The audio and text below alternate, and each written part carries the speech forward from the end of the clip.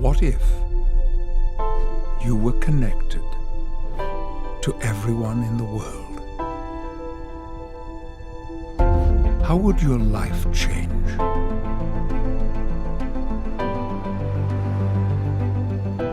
What if you could see the patterns,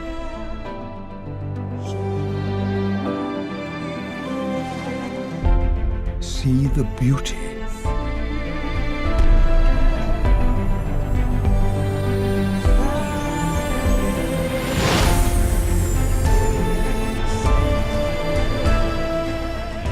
new ideas in science, deepen your connection to nature, to the stars, and to each other. Learn to see the world differently.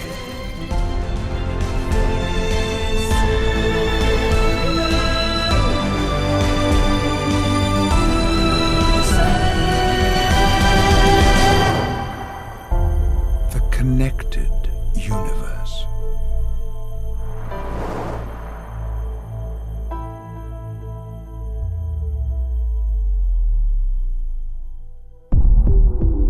Do we truly see the universe when we open our eyes?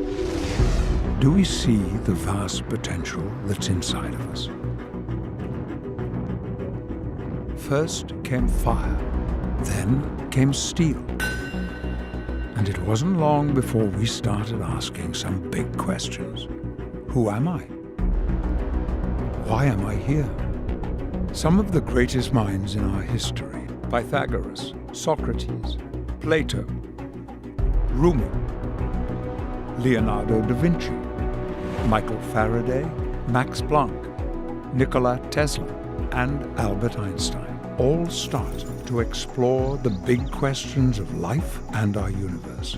Their collective work points to something very important, that we might be far more interconnected than anyone had ever thought. Their ideas were way ahead of their time, so they left hidden messages for others to find later, because in their day they could only share their knowledge with a few people.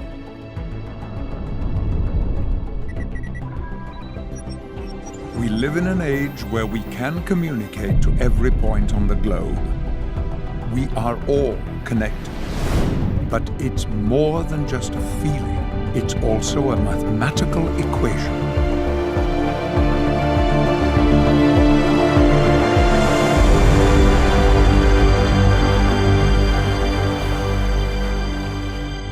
But the idea that we are all connected sounds like a platitude to many of us. We're more disconnected than ever in certain ways. War, violence, greed, tragedies. These are the stories that fill the news channels, and this is a very disconnected view of the world.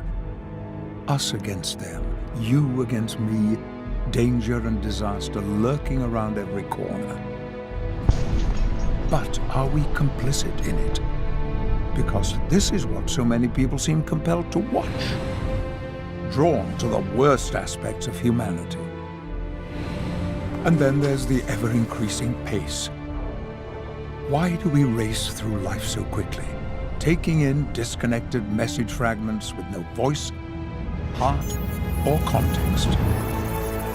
When we consume bite-sized pieces of information, it's very hard to imagine the big picture. Why does our world seem so frantic? Why do we spend so much of our time chasing money, career, intimacy, and possessions,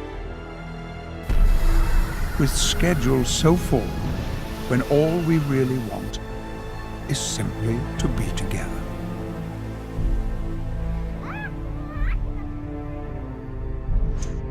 For all of our progress, we've lost connection to the one thing that really matters. We remain disconnected while pretending to be connected. And being connected at a distance makes it easier for some people to say hurtful things.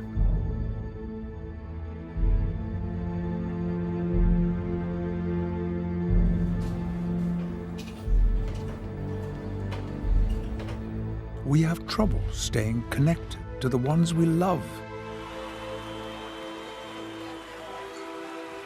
let alone the rest of humanity.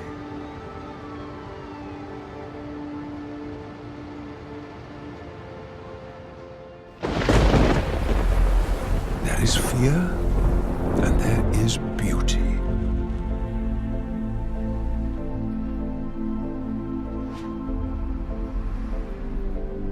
Which world do we want? How we connect with the world changes our experience of the world. There is hidden mathematics that underlies all of creation. Nassim Haramein believes the world is profoundly connected. Our universe is filled with mystery. Our planets, stars, and galaxies account for only 4.9% of the matter of the universe.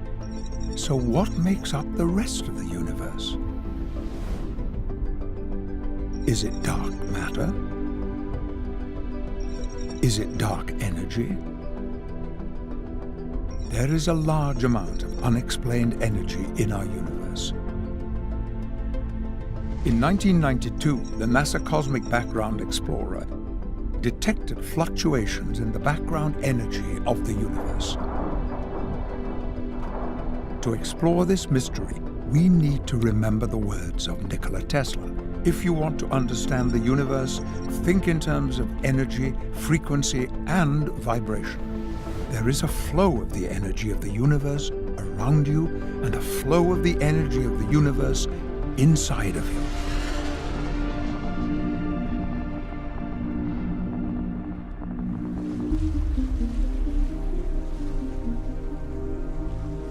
When people realize that everything is connected, this sense of separation, this sense that we're isolated, hopefully that goes away. And it's replaced with this feeling that we're part of this incredible creation in which everything is interdependent on everything else. And that everything is connected through this energy that's in the space. And then actually it's the space that creates matter and reality and them. They're part of the whole thing. And so that they can see the incredible potential that they have, the incredible miracle that it is that they're alive and that they're able to experience this interconnectivity with everything. It's a feeling of resonance and a feeling of connection with everything in the natural world. And maybe, just maybe, as a result of understanding this at a deeper level, they will start to understand themselves at a deeper level and understand the functioning of the universe at a deeper level, and that it will give hope to people.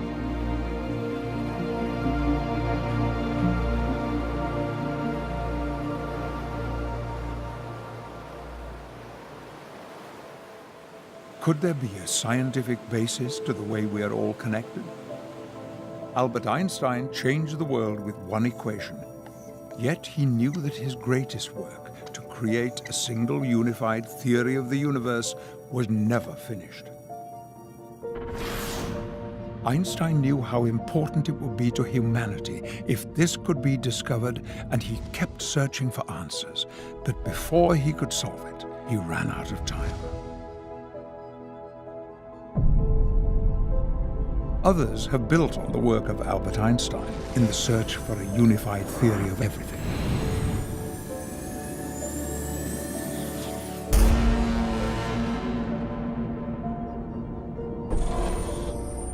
Some people have a knowingness of this connection between the macro and the micro. In the past, we've created mythology around it. But what if we could understand it through the lens of science? Nassim Haramein has been exploring how everything is contained in everything else. The exploration of the universe through mathematics and physics has been complex. Yet from this complexity emerges simplicity. What if there is a way of proving that everything is connected and one at the same time? To understand this, we must take a journey, and our journey begins with the proton. If you remember back to your high school science class, atoms are everywhere and the protons are at the center of every atom. Therefore, we must accurately understand the proton if we're going to understand the universe. New measurements of the proton suggest we must change our existing way of thinking. Nassim Haramein was the first person to have accurately predicted the new measurement of the charge radius of the proton.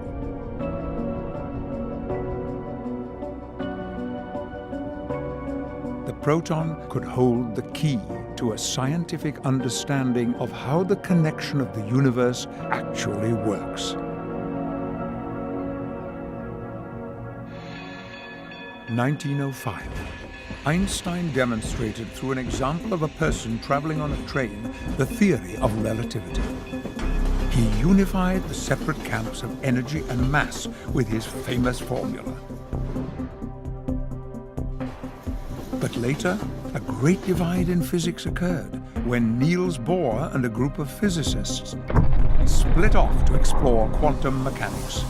They saw two worlds: a quantum world that describes the probabilities and the uncertainties of the very small, and the separate mathematics for the larger universe.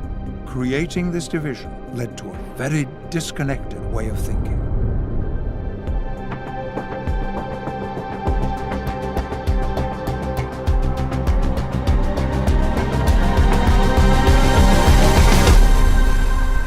Nassim Haramein, the Director of Research for the Resonance Science Foundation, has been on a lifelong search to discover a unified theory of everything.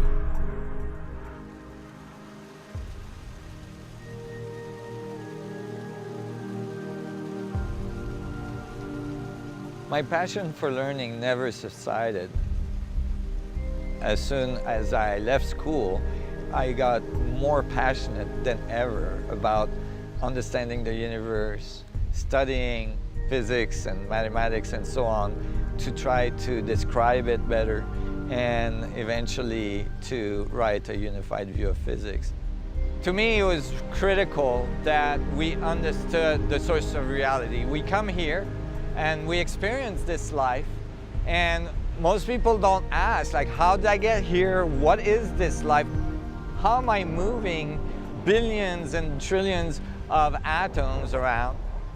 I was exploring all this for my own personal satisfaction. It really wasn't to get a master's degrees or a PhD in some institution.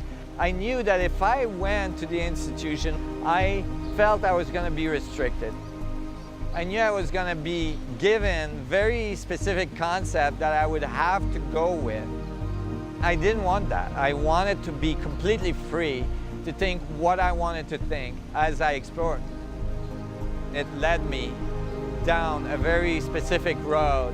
Certainly some of the things I thought turned out to be wrong, but eventually I started to home in on the stuff that worked together, and I found something, I think, very fundamental and very profound.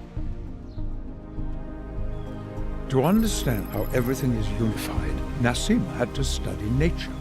He had to look at patterns. He looked at the macro and the micro.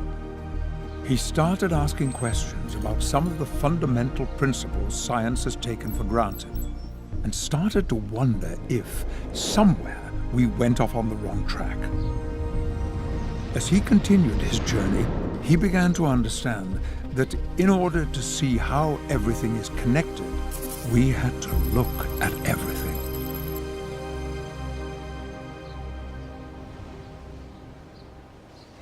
everything we experience as reality is actually made up of 99.99999% space. The little part that's not space, or the little part we define as something, the material world, is actually just a little oscillation, a little electromagnetic boundary that we are bumping against, and we call that our reality. We call that a stone, an atom, we call that the water, the sand, or a star, a galaxy. And so maybe instead of looking at matter, defining the space, I start to think maybe it's space that defines matter. It is fascinating to realize that if you remove the empty space in every atom of every human being on the planet and compress it all together, all of humanity would fit into the size of a sugar cube. Granted, it would have the density of a neutron star and weigh approximately 478 million tons, but this helps us to visualize the importance of understanding that every one of us are made of mostly empty space. But as it turns out, that space is not empty. It was found that space-time at the quantum level is fluctuating with intense energy level, full of dynamic energy components. We are not only talking about the space outside of our planet, we are talking about the space inside. Each and every atom of your body, every single human on this planet has this in common.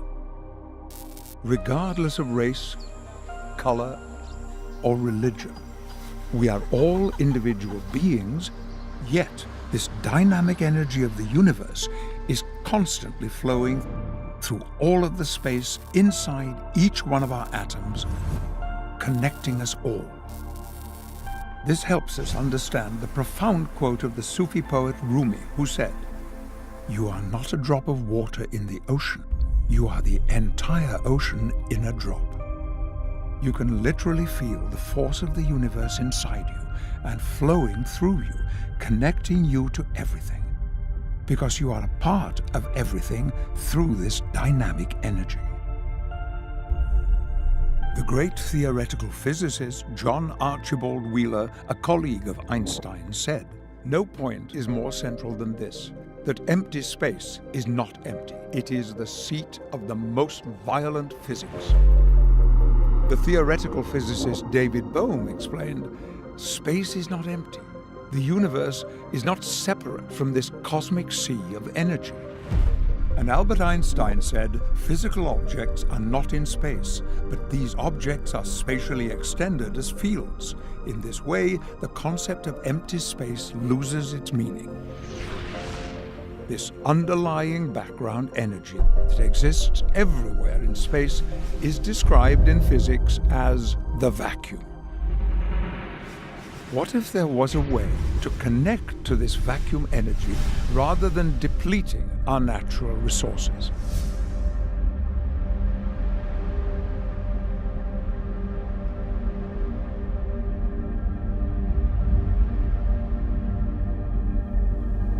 Humanity is on a course that's unsustainable.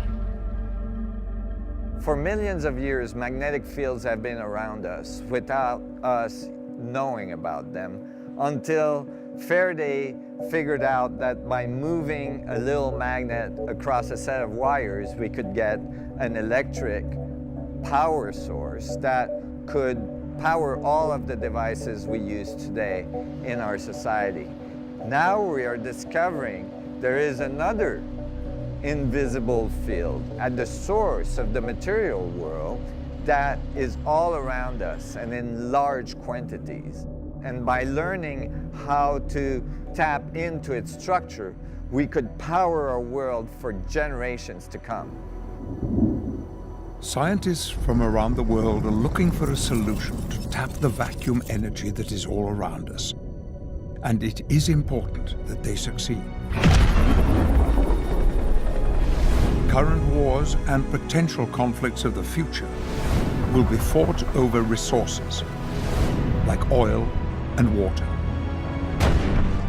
Abundant energy will help create stability in the world, and reduce the threats of the perceived energy supply disruptions that cause countries to go to war.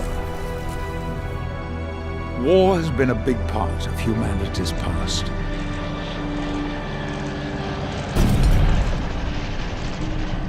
But does it need to be a big part of humanity's future? War has brought untold sorrow and suffering to mankind, and it is perhaps the strongest example of what can happen when we become so disconnected. Gandhi said, "An eye for an eye makes the whole world blind."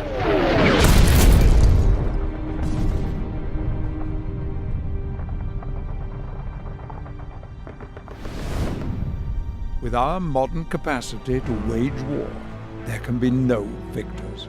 Gene Roddenberry, the creator of Star Trek, once said, "The strength of a civilization is not measured by its ability to fight wars, but rather by its ability to prevent them." Learning how to harness this vacuum energy all around us could have profound implications, but it will require a paradigm shift. Some of the greatest advances in science have come from people with the courage to pursue ideas that challenge the accepted wisdom of the time. It was common for these new ideas to meet with rejection at first. Galileo was imprisoned. People resisted Faraday because he had limited formal education. And do you know what happened when Einstein published his great works in 1905? Nothing happened. People didn't connect to his ideas. The only person who really saw what Einstein had done was Max Planck, who would become the father of quantum theory. Pursuing an independent path outside the academic world has been extremely difficult. It has been painful in many circumstances. The feeling of continuously being rejected, of not being understood, the constant interaction of fighting preconceived ideas has been a long road. However, it has forced me to be more accurate, to continue digging deeper, and to be extremely careful about my calculations and how I bring them into the world. So it has served a certain purpose.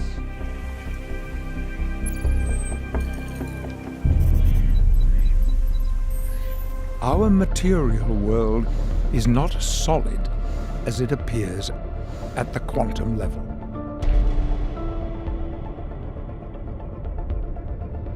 As Tesla put forth nearly a century ago, we need to think of the universe as energy, frequency, and vibration, not as solid physical forms. We're not dealing with little billiard balls. We're dealing with waveforms, oscillations in the vacuum.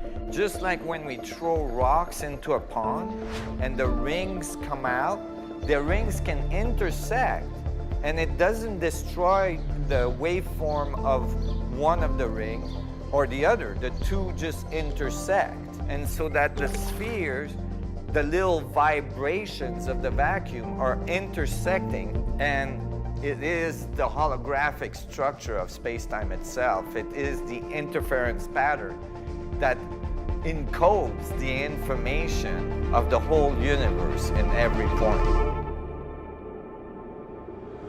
The idea of a holographic universe was first put forward by physicist David Bohm, advanced by Gerard 't Hooft, then later expanded by Leonard Susskind.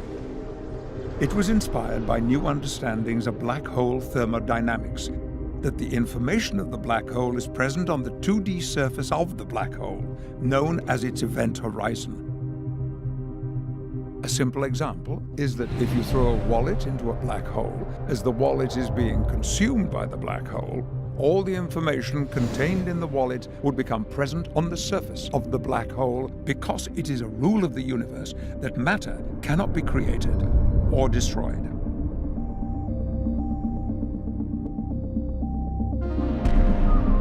Holograms are created using lasers to capture and encode the information of an object in the form of an interference pattern. The light reflected from the object is combined with that of a reference beam to create an interference pattern which can be retained on a photosensitive surface, creating a complete image that can be viewed in its entirety from all angles. The information of the whole is present at every point. When the hologram is cut in half, the complete image is present on both pieces. When it is cut again and again, every piece still contains the representation of the whole image.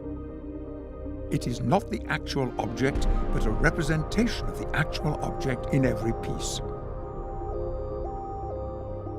Nassim Haramein believes that the representation of the universe is encoded by the interference pattern of the fluctuation of space-time on the surface of every proton. The difference from the static hologram example is that the holographic information encoding is dynamically happening at every microsecond at every moment, and it is constantly flowing throughout the universe.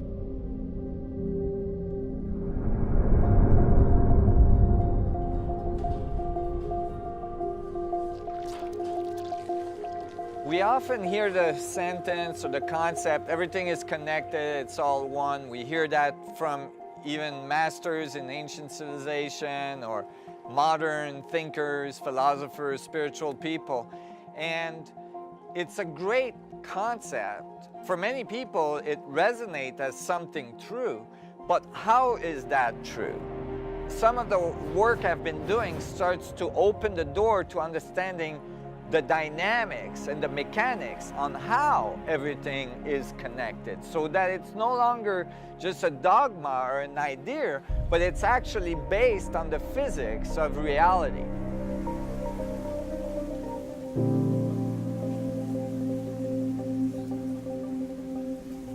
When I look carefully at the natural world, I found high level of coherency, high level of geometry, and as well this interconnectivity, this interdependency of all things with other things. The whole system functions together in a balanced way. And I started to wonder, what is the source of this self-organizing system?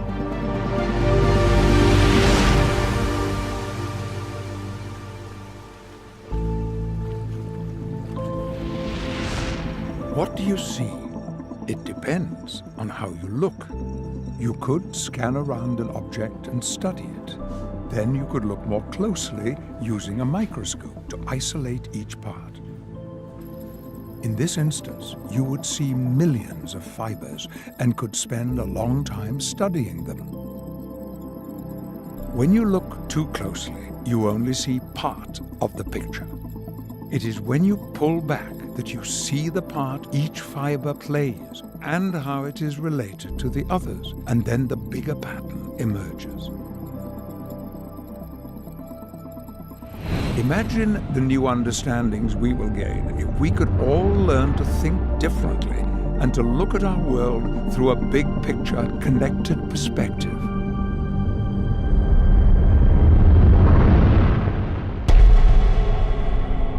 Einstein believed that geometry was a key in the search to understanding the unity of the universe because it represents the relationship between things. Great thinkers came to discover the underlying geometry of nature, such as the golden ratio and the Fibonacci sequence, in many different forms of life. When Nassim Haramein analyzed these geometric relationships in a changing three-dimensional space over time, he saw the 1 to 1.618 ratio appearing, known as the golden ratio, or phi ratio, as a fundamental part of the structure of space-time. Leonardo da Vinci encoded this in his famous work, The Vitruvian Man, showing that the phi ratio exists in different proportions throughout our bodies, and it's not just in humans. It is in animals, in plants, and in art. Geometric symmetry even affects our perception of beauty.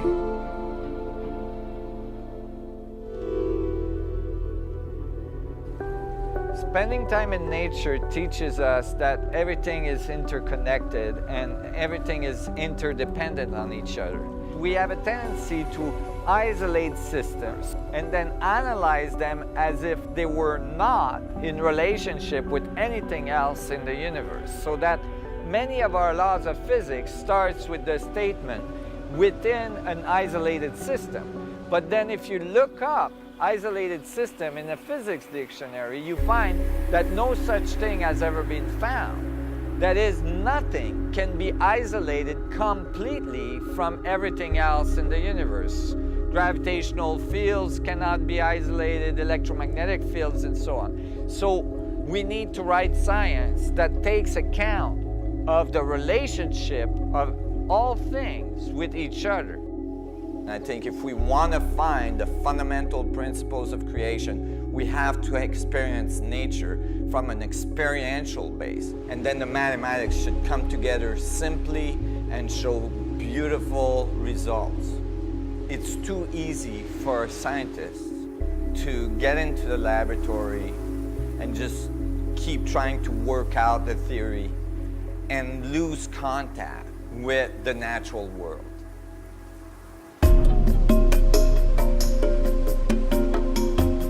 When I'm out there surfing, I'm actually constantly being connected to these fundamental patterns of nature. The particles going up and down in the wave, the energy wave pushing me through the ocean, getting inside a barrel, the big vortex, and the dynamics of the vortex. There is something very profound about that. Many of these things inspire me when I go back in the laboratory and start writing formulas. It's like it's in my cellular memory then.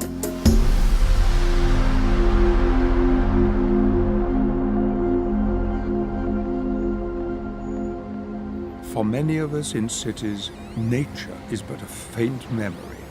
We are overrun by our technology. We give such importance to our digital reality that we sometimes ignore our physical reality at great peril. And it takes up so much bandwidth, affecting our performance and our well-being. We've let the noise of technology drown out our inner voice, which Nassim believes is the source of inspiration. We need to occasionally disconnect in order to reconnect.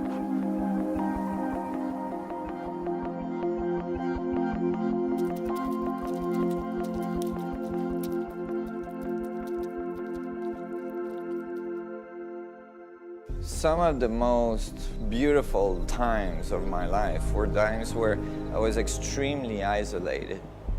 So at that time, I was coming up to Whistler, Canada. More and more the interest I had in nature and physics and understanding the basis of reality was kind of taking over my interest. So I moved into a van to continue my research.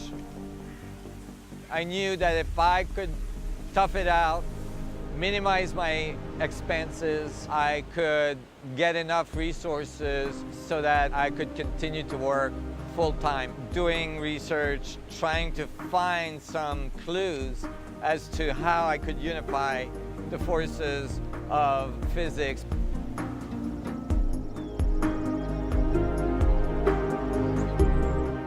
And I was in this amazing research zone where information was just flowing through, and I was researching, I was finding more and more information, and the pieces of the puzzles were coming together, and moments after moments of illumination. Oh my God, oh my God, oh my God, one after the other, and it was just so beautiful. It was the most transformative experiences of my life. And most of the physics I wrote here. Of course, it took me some 25 years to flush out the math for it, but I knew I was onto something very early on.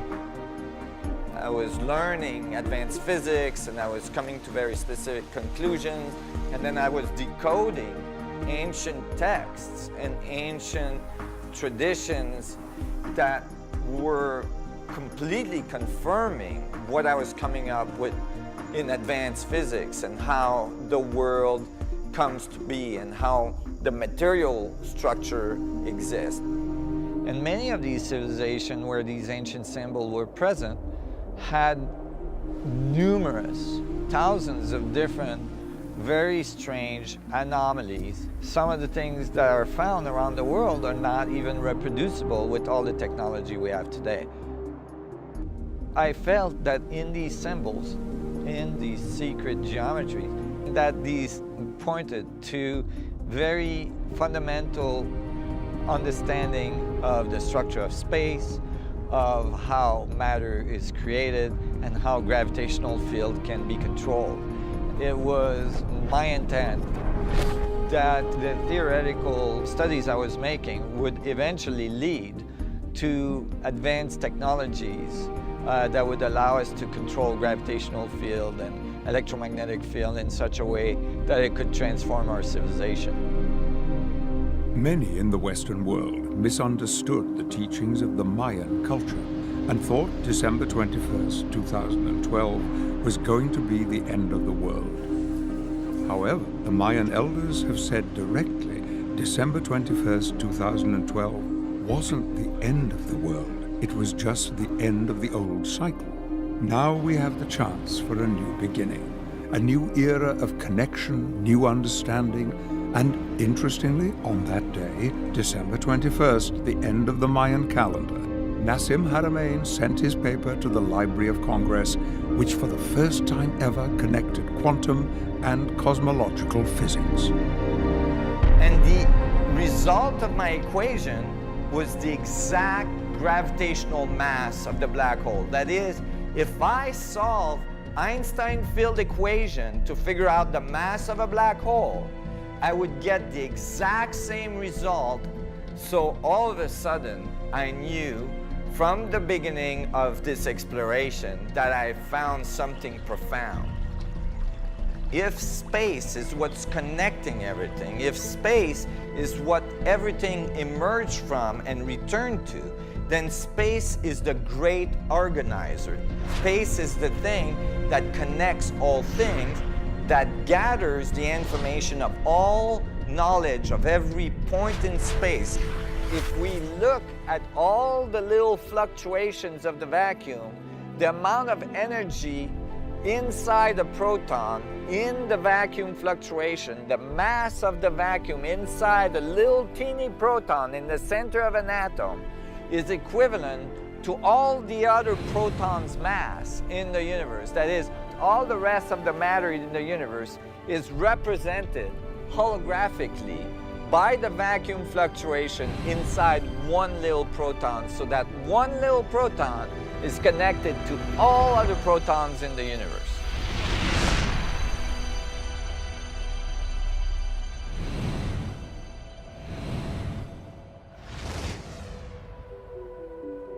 Nassim's calculations seem to present evidence that our universe is holographic in nature. Another big question in our effort to understand the nature of things: is the universe random? Think of the amazing biodiversity of our planet, of all the living things. We live in a wondrous world. Think of the complexity of a chimpanzee. Consider a jellyfish, or a blade of grass, or something less complex, something not alive, a simple Rubik's Cube. 3 rows, 3 columns, 3 deep, with 6 colors. What is the mathematical probability of solving that by random chance? 13.8 billion years is the current estimate of the age of the universe. If you could send a blind person back in time with a scrambled Rubik's Cube, and they could make one move every second, how long do you think it would take them to solve it?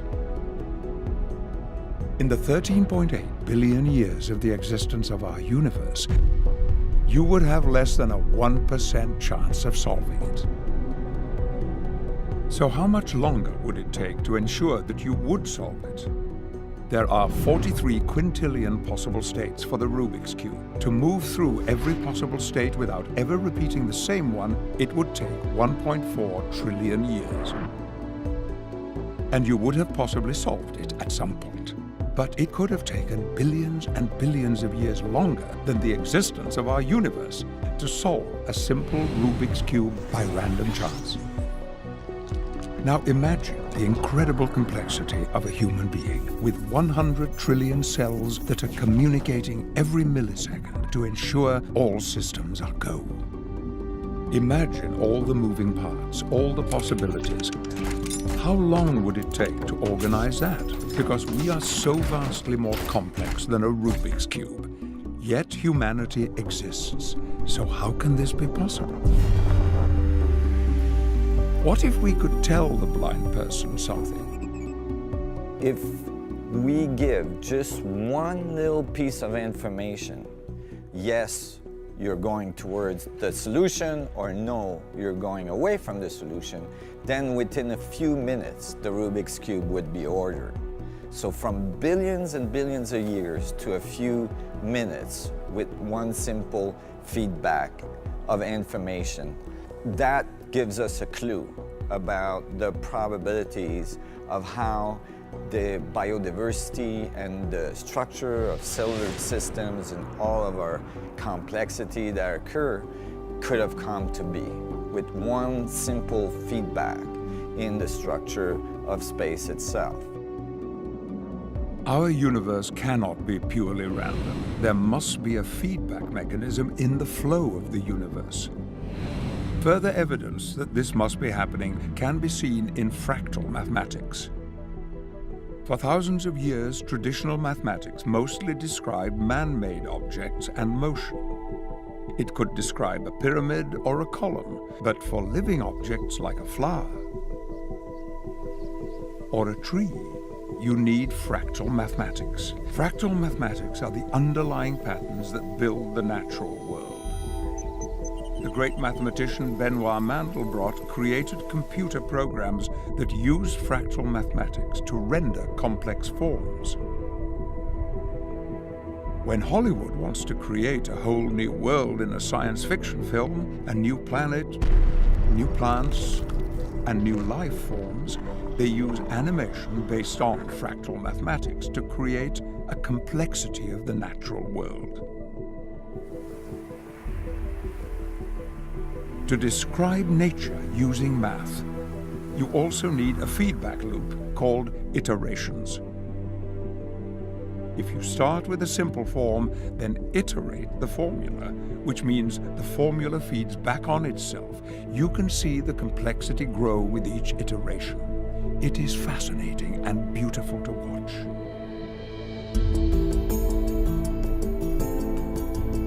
When you make tiny adjustments to the formula or to the base form, you can create vastly different results. The possibilities seem virtually limitless. Witnessing this incredible variety and complexity helps to understand the vital role that the feedback mechanism plays in our universe. What is consciousness? What is the experience of being self-aware? In order for such thing to occur, there must be a feedback of information. For instance, you looking at yourself in the mirror, knowing it's you. What if consciousness is actually a function of how space feedbacks on itself, which would be a dynamic that could generate self-awareness? Us feeding information to the structure of space-time, and space-time feeding information back in terms of our experience every day. This feedback mechanism could be the source of the self-organizing system that we see all around us at the biological level, and eventually becoming self-aware or conscious. this being the very extension of space-time, looking back at itself and learning about itself.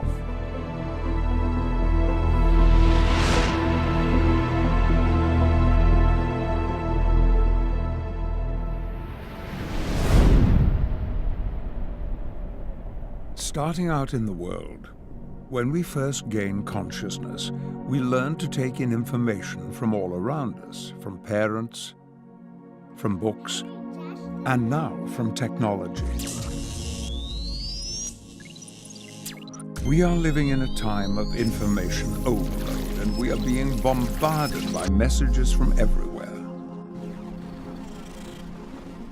We have almost infinite choices in what messages we consume. It matters a great deal what you focus on. We know the universe has a feedback loop, and our brains have a feedback loop as well. Our thoughts are not only imprinted on the universe, they also deeply affect how we experience the world. The gift of being conscious is the ability to feel the wonderful moments of life. And it also means that we feel the painful moments. As you get older, you realize that good times don't last forever, and neither do the bad times. Because our brains have a remarkable ability to adapt. We can learn to shift our focus, to change our experience by changing what we put into our feedback loop. Gratitude and positive thoughts can build on each other, creating an upward spiral by connecting to your friends and to nature.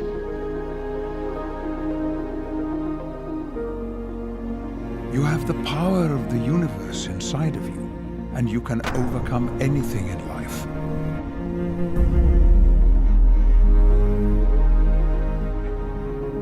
Remember the age-old words, this too shall pass.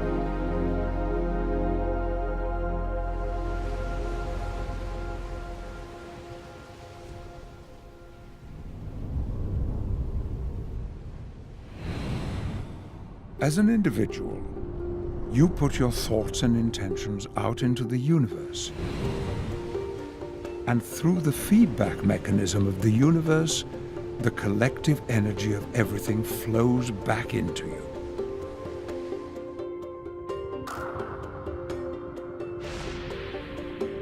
You are in a constant cosmic dance with the universe. The great poet Rumi said, "Stop being so small. You are the universe in ecstatic motion."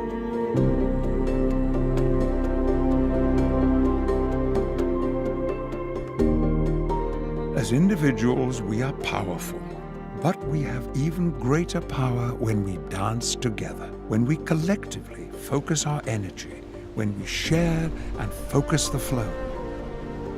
The flow of energy is real and we can feel it.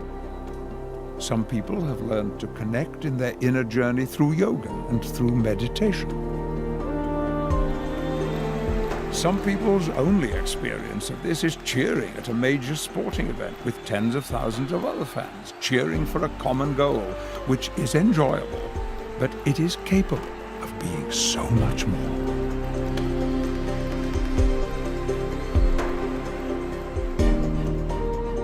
Humanity is able to accomplish amazing things if we come together on a global scale to create positive change and elevate our collective evolution.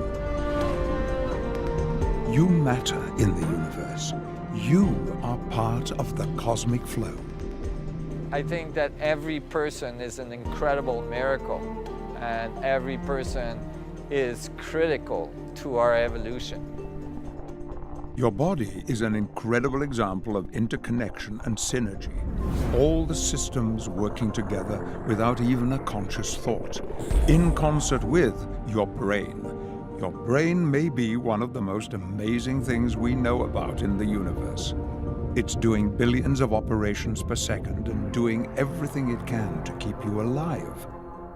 If you take a moment to connect to your body and appreciate all the invisible processes it does for you, it heals your cuts, helps fight disease, gives you energy. What if you stop being judgmental about the appearance of your body and choose to love your body for the incredible miracle that it is? How do you think your life would change? Your body is the vessel by which you experience the world and the universe, and it allows you to be part of the cosmic flow.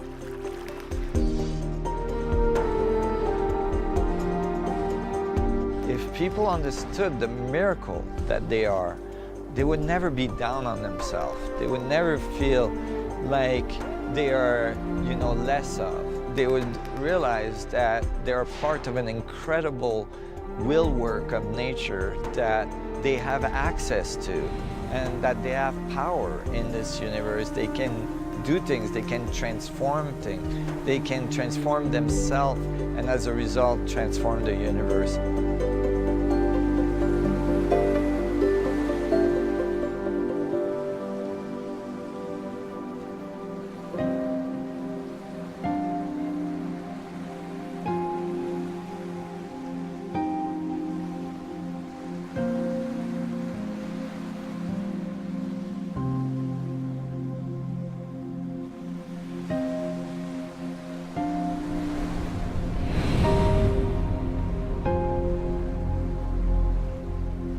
Famous mathematician Benoit Mandelbrot proved that the smaller the unit of measurement that you use, the more accurate your final result. This is important to the work of Nassim Haramein because he uses the Planck units, the smallest unit of measurement available in the universe, in his calculations, which leads to an unprecedented level of accuracy. So, how incredibly small is the Planck unit? In order to give you a conceptual notion of the relationship in size between the Planck and the proton size, if the Planck was a little grain of sand, then the proton would be the size of the distance between the Earth and Alpha Centaurus, an enormous bubble that spans large amount of space, some 4 light years across. And then fill it with grains of sand. That's how many Planck units are in the proton. Imagine every grain of sand on the Earth would just be the tiniest speck of the number of Planck units on a proton. Not only does this show how small the Planck unit is, but it also shows how many Planck units fit in a proton. Haramein calculated that all the little Planck pixels add up to all the information of all the other protons in the universe, and that the fluctuation of the Planck oscillators creates the information network that the universe uses to get constant feedback.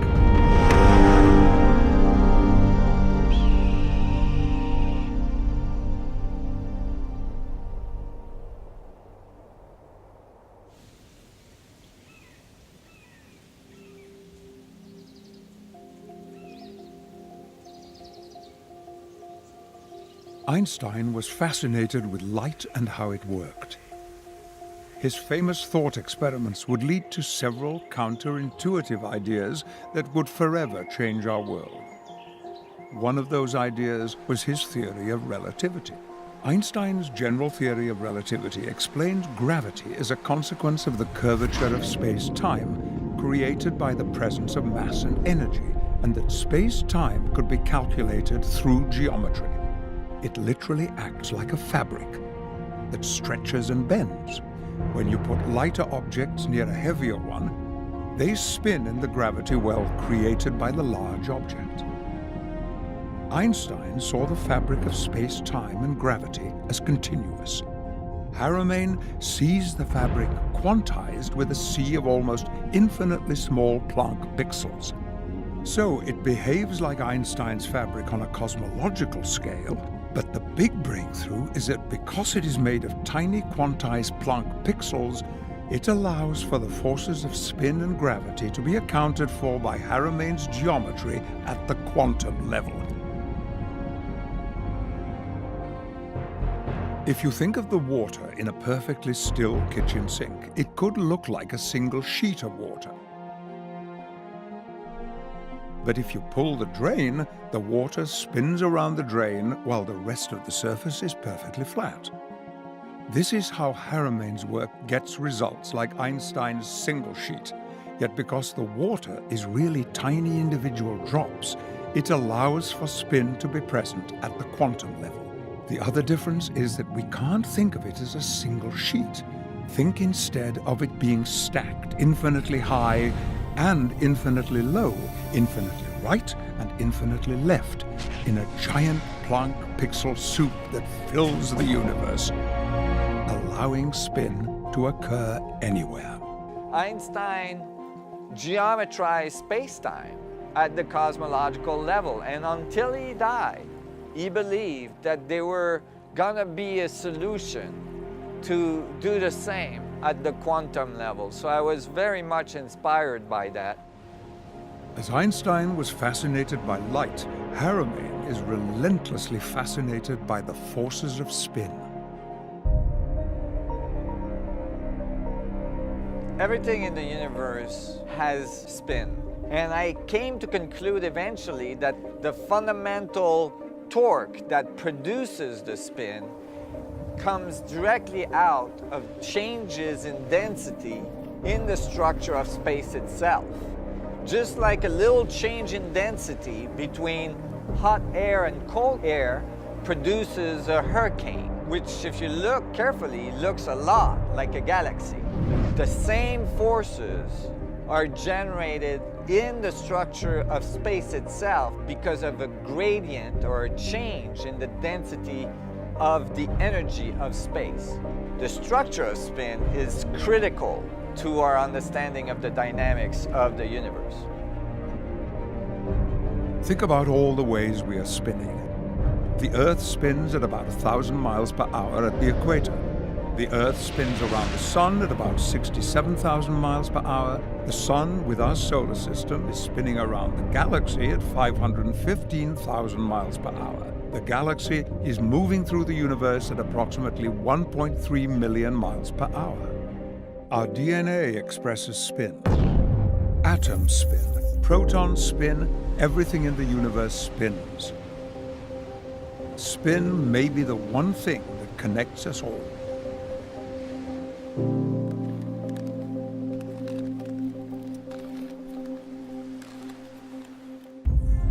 We are living in a universe where everything inside of it spins. Seeing the interconnection of all spinning things made Haramain look at gravity in a different way.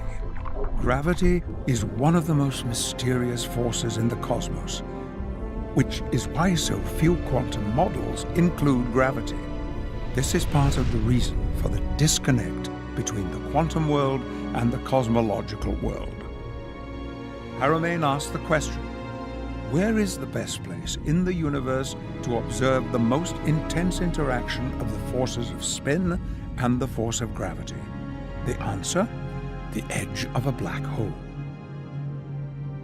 Haramain has studied the possible connection between the forces of spin and the forces of gravity being intertwined at a quantum level.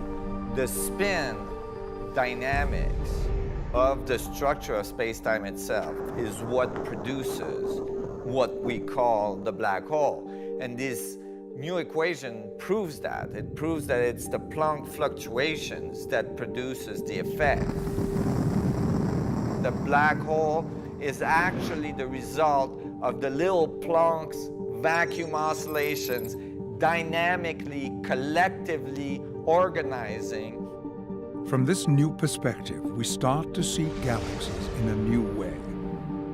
Haramain's theory predicts that there may be a supermassive black hole at the center of every galaxy.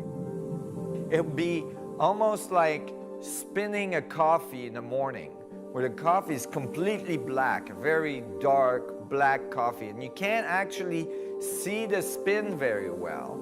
But as soon as you put the cream in the coffee, all of a sudden the spin appears. Like the stars and the dust and the electromagnetic radiation in a galaxy makes the spin that's already present in the vacuum apparent to us. And we go, oh, look, there's a galaxy with a black hole in the middle, where the black hole and the structure, the spinning galaxy, are actually present prior to us being able to see it. Universal black holes, these huge giants in the middle of galaxies and quasars and so on, are actually the same dynamics inside a teeny object we call an atom. And when we're looking at a proton or the nucleus of an atom, we're looking at the same structure, the same dynamics of black hole, but in a very teeny object. Leonard Susskind, the director of the Stanford Institute for Theoretical Physics, who is best known for having won the black hole war with Stephen Hawking on the information paradox, stated in a mini-lecture series that there is no sharp separation between particles and black holes. Many physicists, including Leonard Susskind, are independently exploring new understandings of black holes. Haldimand's proposed connection between the black hole forces and protons could prove highly significant. We're made out of these objects. We're made out of protons and atoms and molecules and all this, and so it would stand to reason that the same kind of dynamics should be found even at the biological level. And that is what creation is. It actually emerges from the vacuum through the black hole structure into our reality. New studies have shown that the spin rate near the surface of black holes seems to be very high.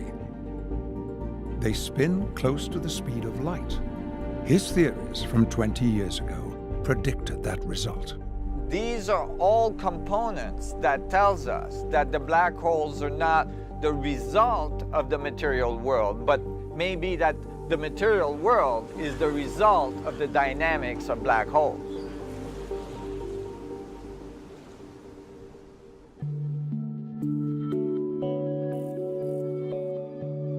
Information and energy flow throughout the universe. For many people, the science of the interconnection of the protons is exciting because it resonates with the feeling of the connection of life. We feel the connection of life very deeply with our loved ones, our families, our pets, with the animals, with the amazing flow of nature and our connection to the natural world.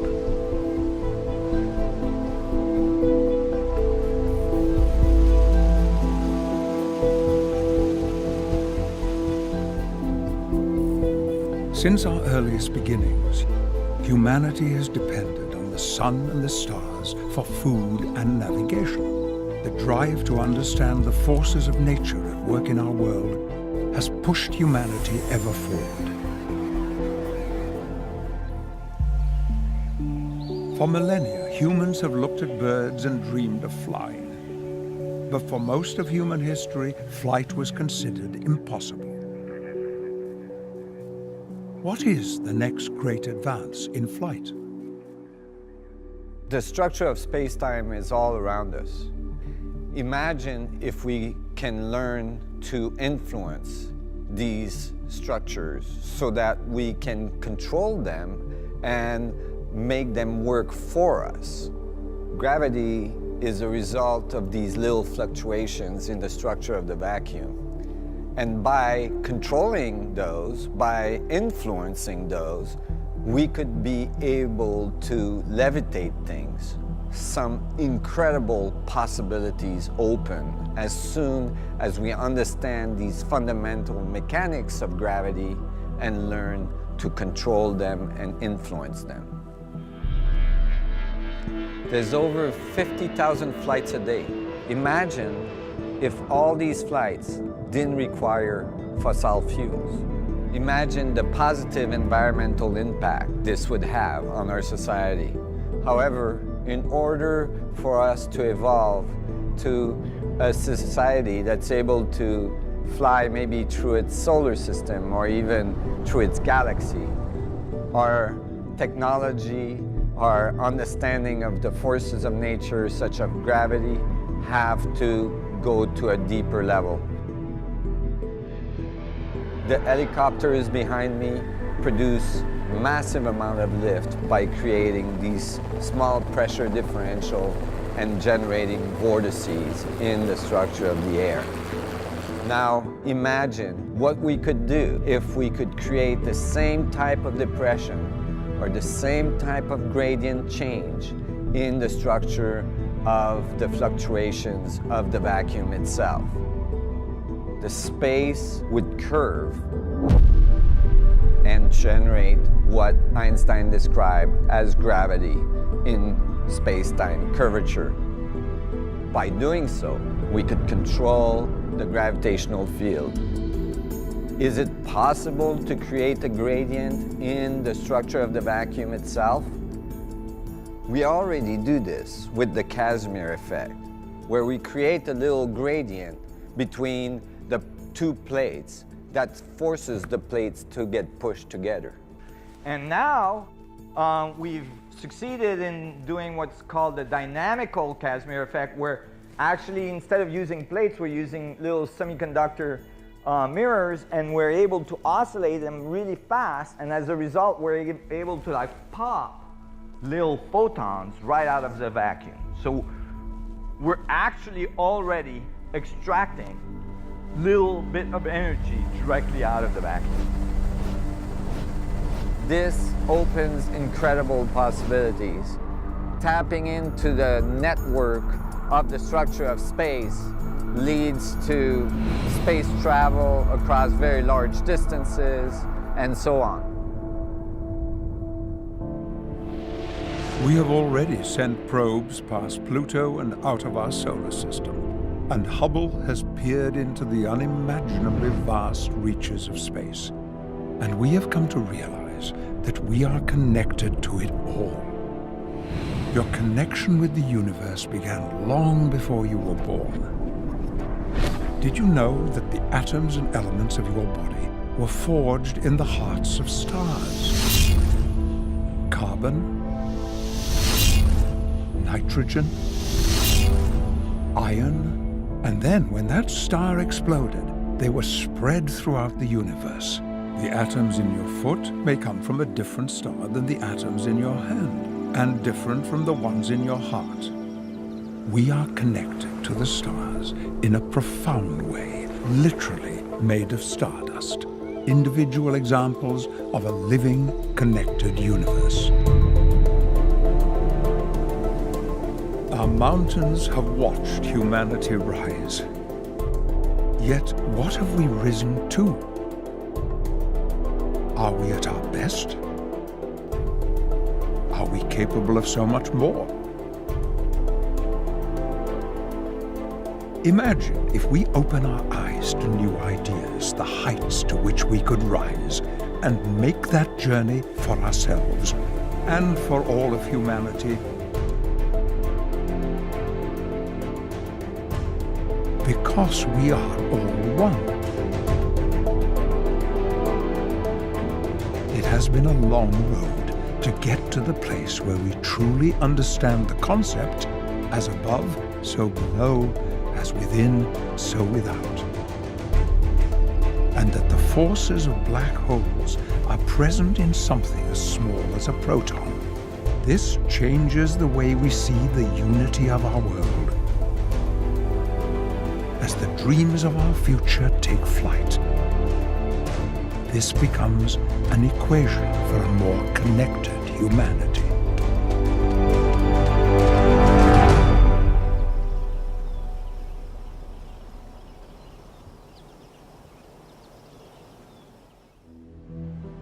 Einstein believed that a unified equation should be beautiful in its simplicity, containing no free parameters. This is Nassim Haramein's equation. It contains no free parameters, and it solves for mass and gravity, both at the cosmological and quantum scale, with simple geometry and algebra. I took the radius, I calculated the surface, I calculated the volume, and then I divided by the little Planck spheres to figure out how many is inside and how many is outside. So that the outside was denoted as eta in our paper and the inside as capital R. And then I just did R over eta. I just looked at the relationship of the inside information to the surface horizon information. And I got a ratio. And eventually, I multiplied that ratio by a mass, the Planck mass.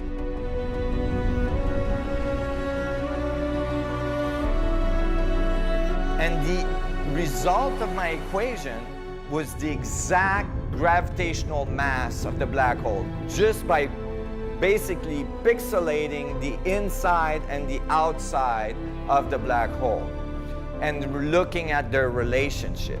So all of a sudden, I was getting a solution to gravity, the solution to Einstein field equation, a solution that is based on holography, but not only that, a solution that's based on little Planck pixel, so that it was quantized.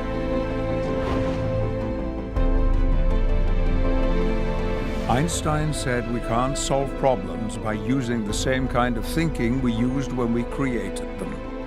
Creating this bridge to unify the great divide in physics is an important step forward in advancing a more connected view of physics.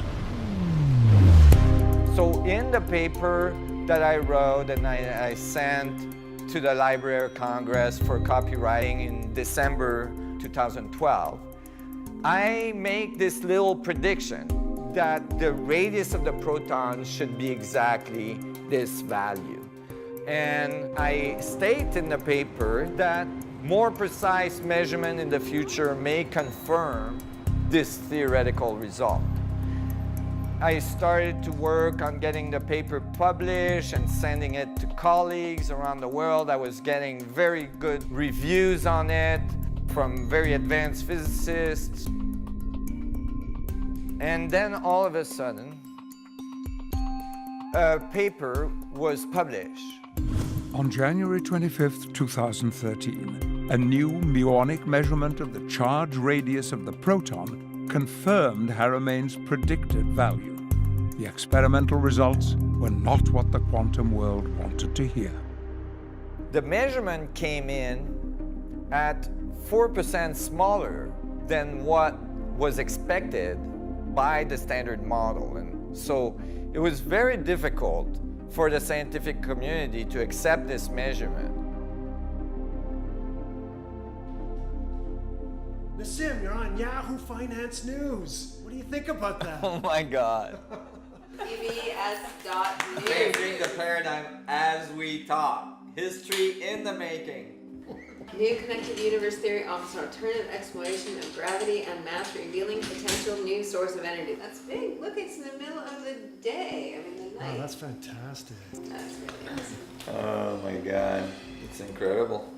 The wire went out, and within minutes it was picked up by some of the largest networks and media on the planet. And it's already across the world. India, Germany, Europe is coming online. The East Coast will in the next few hours, I'm sure.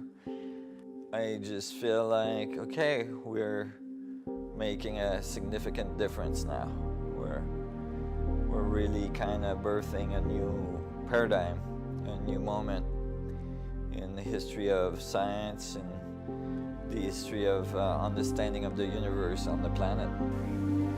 Some 30 years I've been visualizing this moment where my work would appear on major news feeds all around the world. I mean, we got a lot of pickup on this news release. Today's the day.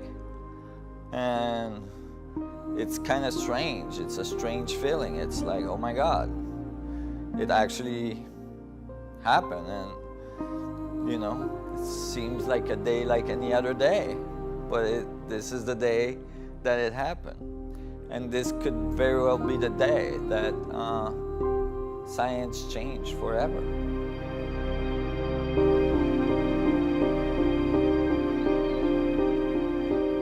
But so far, it hasn't been the day that science changed forever.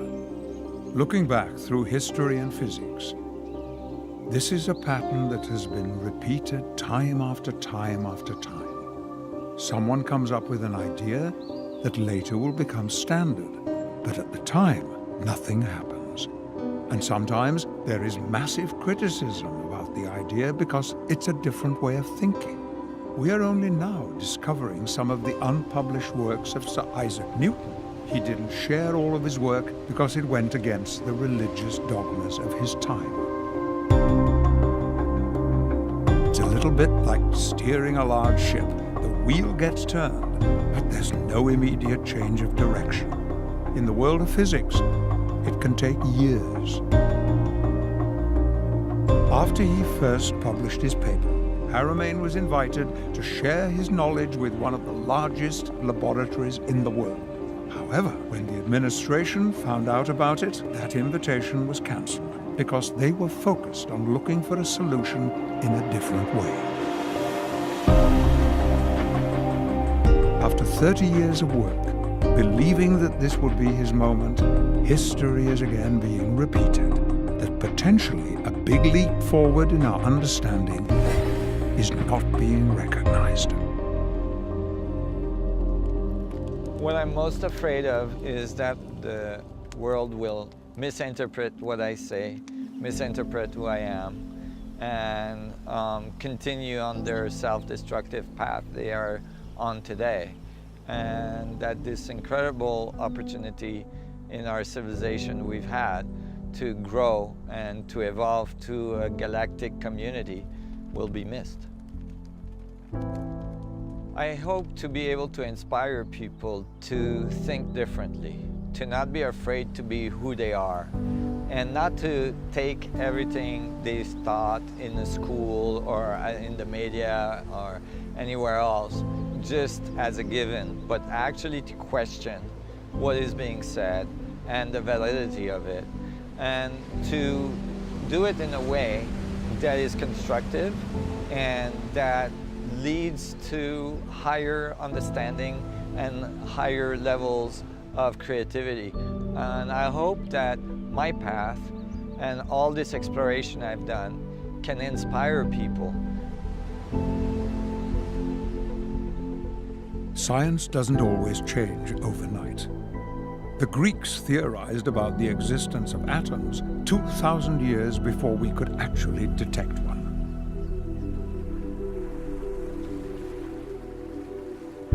The cover of Scientific American states in huge bold letters, "The proton problem. Could scientists be seeing signs of a whole new realm of physics?" For physicists, the measurement of the charge radius of the proton is fundamentally important to the understanding of our universe. When the first measurement came out in 2010, it was significantly different than the standard scientific thinking of the day allowed. They said there must be a mistake, that there must have been an error. So when a new measurement was done using heavier muonic particles, which would allow for even greater accuracy, the results were even more shocking.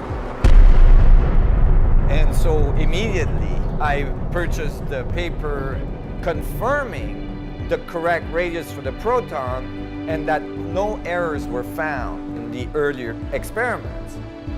And so I took that number, I plugged it into my equation, and it outputted something remarkable. I was so excited to find that now my prediction is within one standard deviation of their data.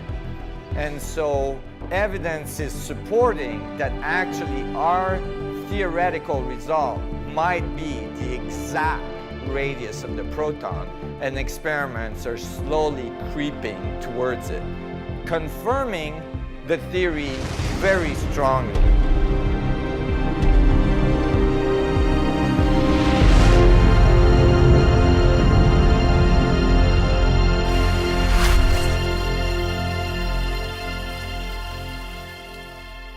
Standard thinking says that there are 4 fundamental forces in the universe: gravity, electromagnetism, the strong force, and the weak force. But the strong force and the weak force were theorized before we understood about black holes. From my study of black holes and scaling laws of black hole structures in the universe, I found that the proton, or the nucleus of an atom, could act as a mini black hole. If you describe the little proton as a black hole, all of a sudden you calculate the gravitational force of 2 of these little black holes attracting each other, you get the exact force that we call the strong force that holds the nuclei together. Exactly. Not like approximately, but exactly. The strong force, that force that we actually invented out of nowhere because we didn't know how the protons held together, because they're positively charged, right? They're supposed to repel. So when we discovered that, we invented a force to force them to be together. And we said gravity is too weak to do the job. So we invented a new force. And since then, we can't get gravity and the strong force to like be nice to each other. And that's because we invented one of them. Since then, we've ran like supercomputers night and day, billions of dollars of investment in supercomputing power to try to find an analytical solution to the strong force, to LQCD. 0 solution has been found to this day. So maybe it's wrong, bro. Try that. Because these little protons are spinning very rapidly, when we move them away from each other, this very strong attractive force drops off very rapidly, which is what we call the Yukawa potential. Out of the geometry emerge an exact solution to the force necessary to keep the protons together. And out of that came out the spin of the protons. And from the spin, I'd extrapolated the range of the gravitational force of protons to one another.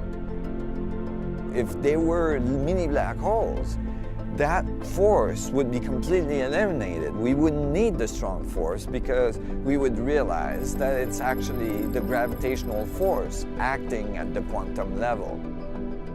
So I am able now to account for the strong force with a gravitational force and eliminate some of the largest complexities in quantum theory and reduce the number of fundamental forces in the universe.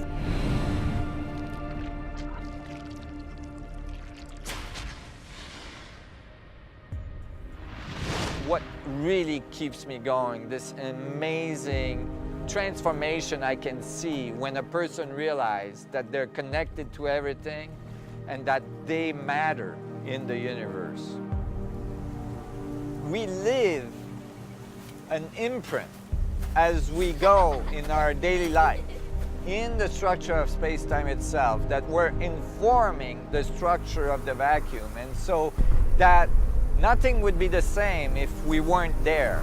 We're actually participating in this incredible complex will works of nature, and that the communication of all the things in it is occurring through this imprint that we leave on the structure of space-time as we go along, as we interpret what we see and how we feel.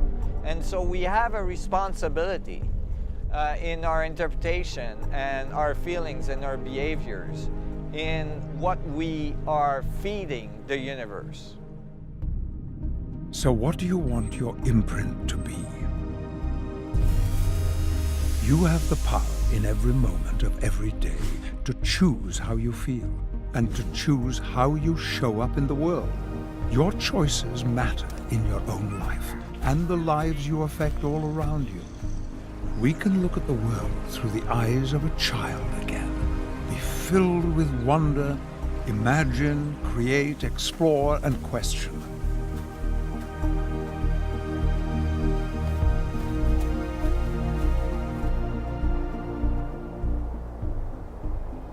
Our heart is how we feel all the things we can't see. And when we integrate the power of imagination with the love and strength of our heart, our world will change, bringing hope for a better future. And this requires action.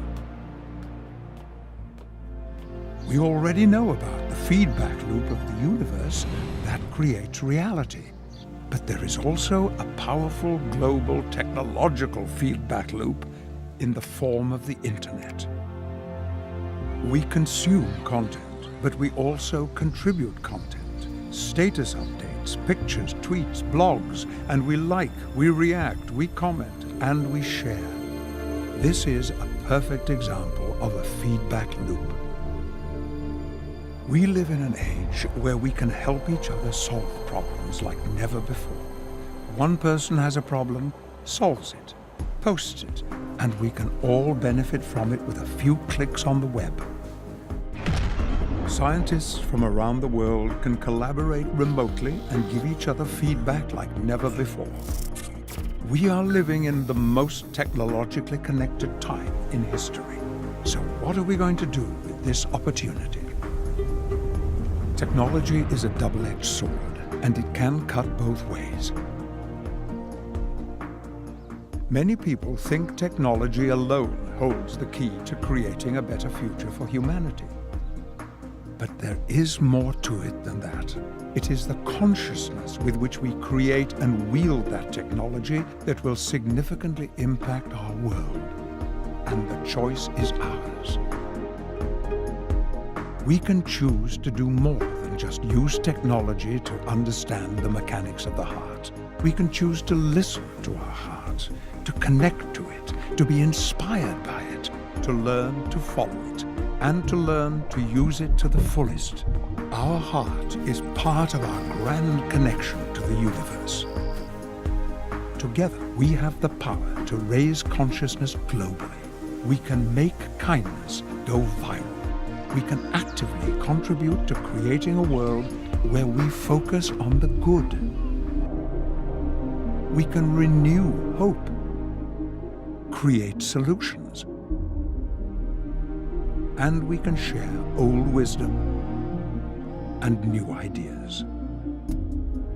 It would be hard to explain to someone 40 years ago the incredible impact of the simple connectivity of the internet and how it changed nearly every aspect of our lives. It is hard for a young person today to imagine how the world used to be, because everything is changing so fast. Can you imagine what the future will be like in 20 years? Where will science take us? What will our technology look like? What will we learn when we stand inside a virtual reality proton and observe and interact with 3D visualizations of real-time experimental data? It's really exciting to see the interest that this new theoretical understanding is bringing. We're collaborating with industry and have now state-of-the-art laboratories to produce technological advancements that are critical for the evolution of our planetary system and our society, including energy production, gravitational control, and all these things. So a lot of incredible things are happening, and we're making great strides in achieving a whole new level of understanding of our universe, ourself in it, and a whole new level of technology to go along with it. It is estimated that human knowledge took 1,500 years to double for the first time. Then by 1900, it doubled every 100 years. By the 1940s, it doubled every 25 years. And in 2013, it is estimated that it doubled every 13 months. And that time span continues to get shorter. But knowledge alone isn't wisdom. Leonardo da Vinci said, "Learn how to see, realize that everything connects to everything else." From this place of connected understanding, he became very prolific across multiple disciplines, making innovations in science, in anatomy, in biology, in engineering, and in art. Da Vinci and the other great masters have shown us that we no longer need to go through life with blinders on and look at things as separate. We can all learn to expand our vision and see the beauty of the connections that are all around us. And we can build bridges connecting our different disciplines and integrate our knowledge from a higher perspective. Those very important moments where you read something or you look at it, a theory that's being propagated by the establishment. You have a choice to accept it as a truth and completely ignore what may be going on inside of you that may be saying something different. Or you might reflect on what you've learned, take what you think may be correct, and maybe see how you could add your view to it to transform it. For the last 30 years, Nassim Haramein has been willing to ask questions and explore new ideas, and this journey has yielded ever further advances. Now, his work with Dr. Amira Val-Baker has led to being able to extend his holographic mass solution to accurately predict the mass of the electron, the hydrogen Bohr atom, and all the elements of the periodic table that make up our physical reality with an unprecedented level of accuracy, 1 order of magnitude more precise than the standard approach is able to predict. All of these innovations are yet another step closer in helping us to usher in a new era of unified physics. We live in a time of great possibilities. We're all in this world together, and we are stronger together than we are apart. We have the opportunity to unify, to imagine the change we want to see in the world, to advance our collective evolution and advance our approach to science. We can imagine the world from a connected perspective, to see ways to create new ideas in science, health, business, and in living more connected lives. Many people around the world are experiencing a feeling and a knowingness that something incredible is happening, that there is a great shift in consciousness taking place, and that people are awakening to the idea that the disconnected worldview can transition to a more connected way of being. This supports some of the most advanced philosophical and spiritual concepts that we find throughout the ages, from masters that have come and told us that everything is connected and we are all one. They told us that there is this background energy, which is the force that creates stars, planets, and life. Science is showing us that there are infinite possibilities to explore in the vastness of the universe, and you have almost infinite possibilities to explore within yourself. We can create a new future for ourselves, and we can co-create together a positive future for humanity when we explore our connected universe.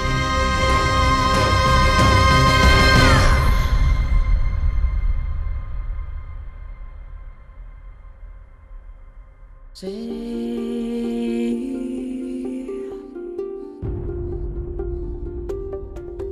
see in you